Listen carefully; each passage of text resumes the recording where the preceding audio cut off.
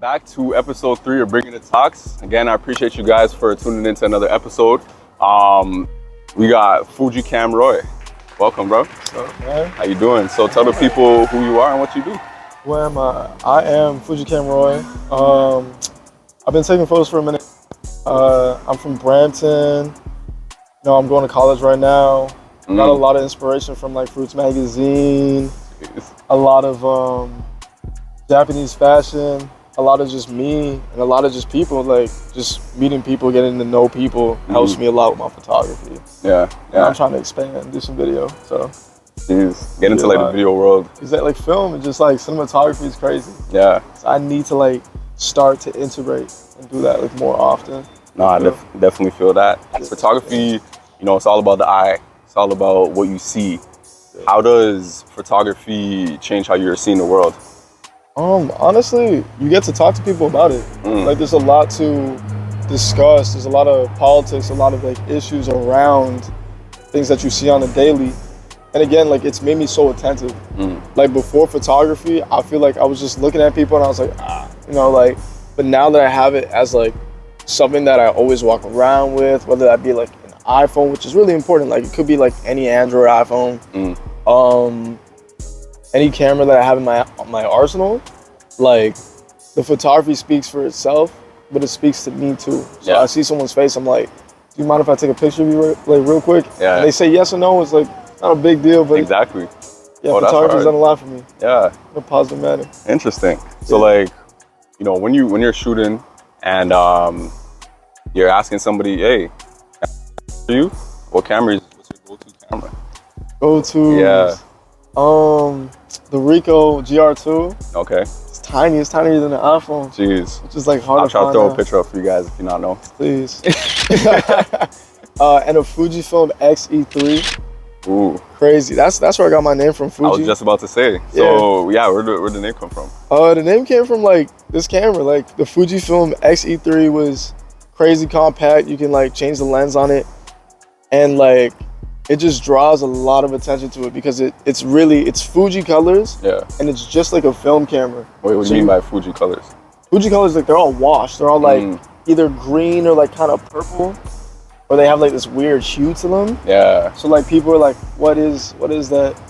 And you got your Kodak Portras and all that stuff. They don't really got cameras, but you can make the simulations on the camera and put it on your computer, put it on like any kind of platform. Yeah. So I've been doing that for like a couple of years now. Like it took a minute. I was on Nikon, down to Fuji. It's been like 6 years shooting. Jeez. So what even like sparked this desire to like be a photographer? Ooh. I mean like just wanting friends, just like wanting to talk to people. Yeah. Just wanting to talk to people and just like move on to like fashion and like concerts, and there's like just too much that you can do with it, or just like arts and media. You know, so I feel that. So is Fuji like is that Japanese? Yeah, that's Japanese. Okay. 100%. So you know, I feel like there's a lot of ties to Japanese culture. Yeah. You also went on a trip to Japan, bro. That's on the other end. Like that's a whole new world. Yeah. On some Disney princess shit. Yeah. Yeah. But like, talk about that trip, man. What it was like for you as a photographer. For me, like, again, it was a whole new world. Like, I told a lot of people that, and they were like, "Don't say that." And I'm like, my bad. Yeah. And I'm like, no, for real. It's a new world. Like, if people from like Japan came to Toronto, they'd be like, "This is insanely bad. Like, this is crazy. This is a terrible place." Not a terrible place, but Toronto's like, then the transit in Japan, like all over. Top tier? Top tier. Like, it's better than New York, Chicago easily. Jeez. Like what about it? Just like it's like how direct it is. It's direct. There's color coordination. There's people that'll talk to you. There's like everywhere you go, there's assistance and help. Yeah. A kid could probably tell you where to go. Like an 8-year-old kid would be like over there. Yeah. And I was just like so perplexed, like just subway on subway on subway on train on train on. Ridiculous. Damn. It's a walking city too. They're living like at least 10, 15 years. 10, 15. Yeah. We still even got stuff going on in Finch. Like we still trying to get like a subway system working out there. It's not working. I don't know what's going on. I don't know. But like, while you're out there too, you ran into somebody that I recently just started listening to, and his music is crazy. I'm pretty sure who you know, Coochies. Shout out, bro. Damn. I'm like, no way, this guy. Crazy. What? Yeah. What was that like, bro? Well, like, how did it even happen? I'm just there, just like, do my research or whatever. I'm like, he's a funny guy. Like so we knew he was in a store because my friends were on the stream. So random. I met these guys in Vancouver. These guys from Vancouver. In like a store, like this guy was wearing like a Snorlax hat. I was like, I love your hat. He told me his name was Logan. And the next day we hung out in Osaka. He was like, yo, Cochise and like Bruce drop them off. They're in a sushi restaurant now. I'm like, okay, that's cool. It's like, it's 10 minutes away by walk. I'm like, okay, that's like a 5-minute run. So we run it. So we start running. And then we get to the establishment and stuff like that. Yeah. We're like, how do we talk to these people? Like, some people are already outside. There's like 2 people. And, you know, like, I'm like, I'm gonna use the washroom. So I go inside. I'm like, no way, is that Bruce? I'm like, this is shameful. Yeah. And it was really cool. Like, I got to meet him. I got to meet Coochies. I can't really. He's got a unique name. I like, yo, Coochies. So what am I saying? That's it. That's probably how you say it. Yeah, we meet him. Yeah. Sofego was mad nervous. Just in the back, like, Sofego. It's that guy with the. I know the track. I know the track. Platinum locks, and then he has pink locks. Yeah. He's cool. If I play the track for you, you know exactly who it is. Yeah. I don't know. I don't want to get copyrighted. Yeah. It's cool. Yo. It's a melody. Yeah. But like, I use the washroom. I come out, and then my boys are like, "How are we gonna meet them?" I'm like, "Oh, they're gonna come out or whatever." So I have a towel, and we fighting and stuff. We just playing, and they all come out after they're done eating. They're like, "Were you guys fighting?" And I'm like, "Yeah, we were just playing around and stuff like that." We took a bunch of pictures together, and like we shouted ourselves out. And like when I look back on the stream, Coaches was like, "Yo, you guys were asking about Szn2. That was him. That was Szn2." And I had a blue bag on, I had a hat on, and I was like, damn. So now I'm getting like IG tags, like people like, "What does Bruce smell like?" And I'm like, "What does Bruce smell like is crazy. I'm not gonna tell you that, but like, you need some help. I'm gonna be honest with you. You need help trying to like find out what another person smells like." Yeah. So that happened. Yeah, no, they were mad cool. I just like getting called Szn2. Like to this day, there's people like in my industry. They're like, "Yo, I saw the video. You look like Szn2." And I'm like, "Don't I look like everybody?" This ain't gonna get old. This is not gonna get old soon. Yeah. The dress don't help. It's but funny. It's okay though. Yeah. Shoot. Speaking of the locks. Yeah. You know, I'm actually looking to start my lock journey in a little bit. Yeah. I'm just rocking out the braids right now, but like, please, and fro. But what has that been like, bro? Like, you know, because you didn't always have locks, but then now to grow them. Yeah. What's that been like for like you as a personal experience? Personal experience, locks have been like, it's a journey of loving yourself and a journey of understanding that even though it's your hair, it's a part of your body, it's part of your skin, it's part of everything. Like, your hair will grow in time. Like, even like me, I had like a fro, I started using a sponge, freeforming. Jeez. Instantly. These are freeform? No, not these ones. I cut those off because I had like a crazy taper. I had like but now I have like a little fade. It's like, it's mad small, so my locks, they go down. Yeah. I love them. Like, honestly, like give it 1 or 2 years and just do your thing. They just grow. Yeah. Jeez. So how long are you trying to, because I got an uncle and his locks are, they down here, bro. You going full? I'm going full lock mode. Jeez. I'm locked in. Locked in. I'm locked all the way in. Jeez. For real. I'm trying to get some locks all the way down to my ankle. Whoa. Not ankles. Just like maybe. That'd be a vibe though. Back, like torso. Yeah. And then tie it up. You can do a lot with locks. They're so versatile, bro. Throw them with the braids. Yeah. Just rock them out, ponytail, like, it's crazy. Yeah. That's wild though. Have fun with it. And also, you be able to wear beanies and shit, bro. You can't do that shit with the fro. Like hats, all my hats are collecting dust now. It's painful. Like, I just don't understand. Like, we're just blessed with so many cool hairstyles. Yeah. I was looking at a TikTok and someone got a 1. I was like, holy. Wait, what do you mean? He got a 1. And I was like, I might have to do that. Cause like, I just love black hair. Yeah. Like, super random, but I love every style that Black people have. And really be versatile. Yeah.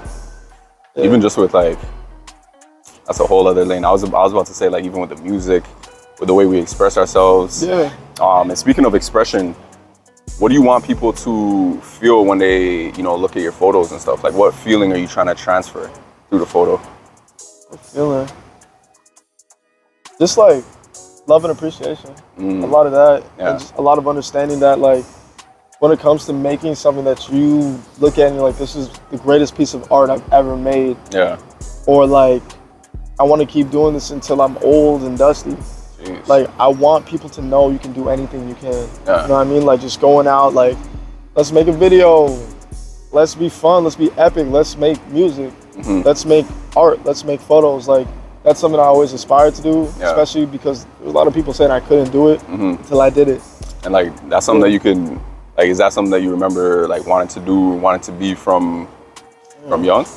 I was like 16, 17. Oh, okay. Yeah, now I'm 21. Jeez. Yeah, so like, I was a kid, but like, I knew I had to choose something for myself and my heart because like, why not just be cool? Why not just be epic? Exactly. So that's been working out. It's a lot of like random odd stuff, but like a lot of good coming from it. I see like a path, a very clear path. It's and yo, that's the reason why I like came up with that question, because I was like, yo, I really feel like, just good energy, good vibes. Even from the time that we first met, I'm like, yo, it's a good dude, bro. You're vibrating at the right frequency. You already know. Appreciate that. But even like, there's a lot of things that go into photos, angles being one of them. Super important. I want you to tell me, like, why are they so important, and like, how do you use them in different ways? Angles. Yeah. Every story got an angle to it. You gotta really you gotta think like, what makes me uncomfortable?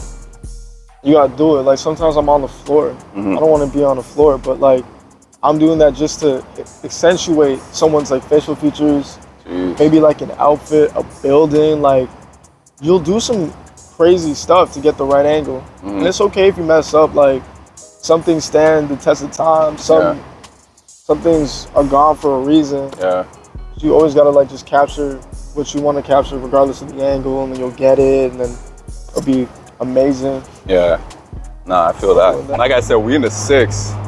It's been 6 years since the last Fruits magazine drop. What even drew you into Fruits magazine? And like, how does that, influence, your style and who you are? Man, Fruits, if you don't know, I'm gonna tell you, just a lot of cool stuff, like Japanese fashion. Yeah. Japanese fashion. Issei, Bape, Human Made. I know they changed their name and stuff like that. Just a lot of stuff. Just a lot of clothes, and Fruits is mostly like, it's predominantly women. And then like, they have Tune magazine, which is like predominantly men. And they really stick to just being one of one in Japan. Like, I know we are all one of one, but like, in Japan, like, it's something with culture and just love and respect for like clothing, and the way that you can just walk outside and have like a really nice style to your street, a street to your style. I don't know what I said there, but yeah, no, like, people really, they take clothing to the next level. You say your fit's crazy, and your fit's crazy, they gonna reciprocate that energy and be like, wow, we don't even speak the same language, but I'm gonna use a translator app. Yeah. I'm gonna get to know somebody like that.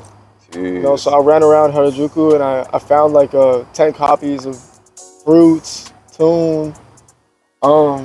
Yeah, and like, it makes me want to make more mags. I've been in like 3 so far. Yeah. And like Decopon magazine, I think they're out in LA. My boy who's out in Collingwood, some stuff in Brampton, like just. Jeez. So what even introduced you to it, like? The Fruits? Yeah.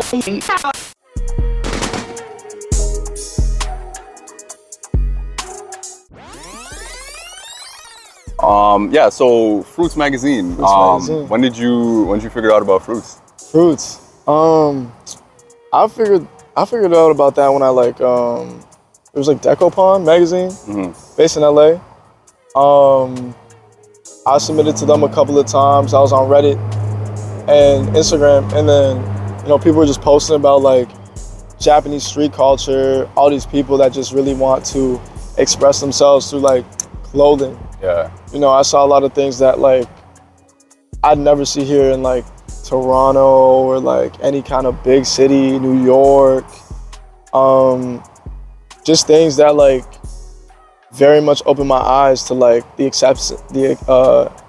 acceptance of like fashion and stuff like that. So like even artists like Destroy Lonely, Playboy, Yachty, Tyler, like they're on Japanese fashion, especially Kanye and like Pharrell.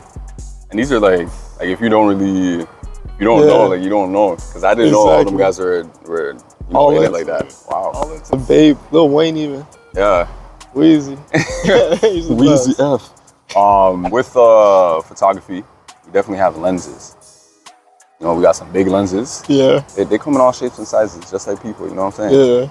You got big lenses, you got little lenses. That's true. How do you utilize, you know, different types of lenses, and like, which one would you use for like what scenario? Okay. Yeah. I use a lot of little, small, tiny lenses. A lot of tiny lenses. Like the little ones you just pop on the phone type shit? Yeah, like the one, I mean, you can't put on a phone. I put on my Fuji, but like they're tiny and they're like all manual. So like if I'm at a show or a concert, the only thing that needs to be good is my camera body. Cause like overheating, I'm like, this isn't gonna work. And by camera body, you mean like the actual the camera. And then you put the lens on, batteries, SD cards. That's actually wild. I never even really knew that a camera could like, I never took it in like, the camera could overheat, obviously, if you're, you know, working. Yeah. You just keep going at it and you're like, oh no, because there's no heat sink. There's nothing to just like cool it down. So you got that going on. It can ruin a camera, but you gotta do what you gotta do to get the shot. You know what I mean? Exactly. So, a lot of small lenses. And what's the craziest thing or funniest thing that you had to do to get the shot? Craziest thing. They're playing the highlight reels right now. Probably gotta like run over. You gotta run over. It's crazy. I had to like run after people. Just be like, yo, wait, hold up, please. And just get to meet them, get to take photos of them. Just get to express myself through the camera. That's the craziest thing I've done. Yeah. And what about like the other side of the coin? What's like the most stressful situation, and like a situation where you have to like, you know, just get back up, dust yourself off, and just keep pushing?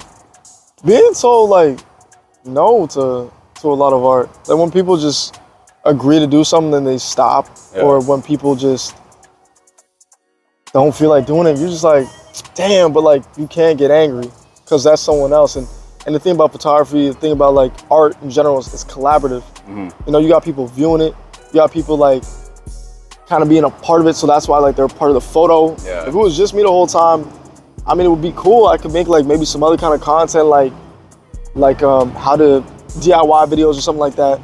But like with photography, you need somebody always. You need somebody's creation. You need, you know, just the world to come together and you to just be an outwardly person to make things happen always. I feel like that goes with like anything you do.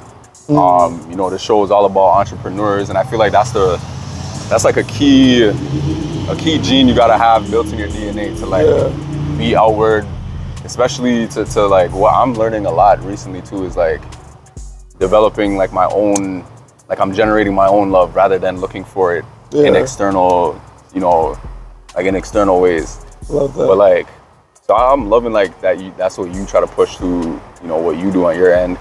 And you know, it all comes from an inspiration. So I want to ask you, like, what inspires you on a daily to say like, yo, I want to do this until I can't even press the button no more? That was a good segue. What inspires me? Wow, Gunner style.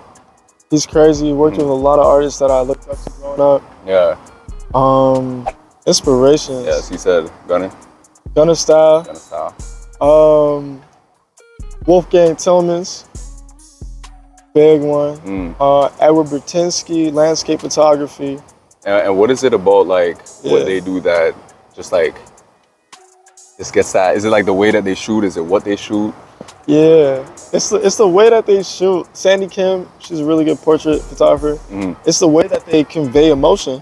Wow. A lot of people just, again, like there's buildings and stuff. There's like the world and the art of just what the world has to like offer, which is so beautiful. I love that a lot.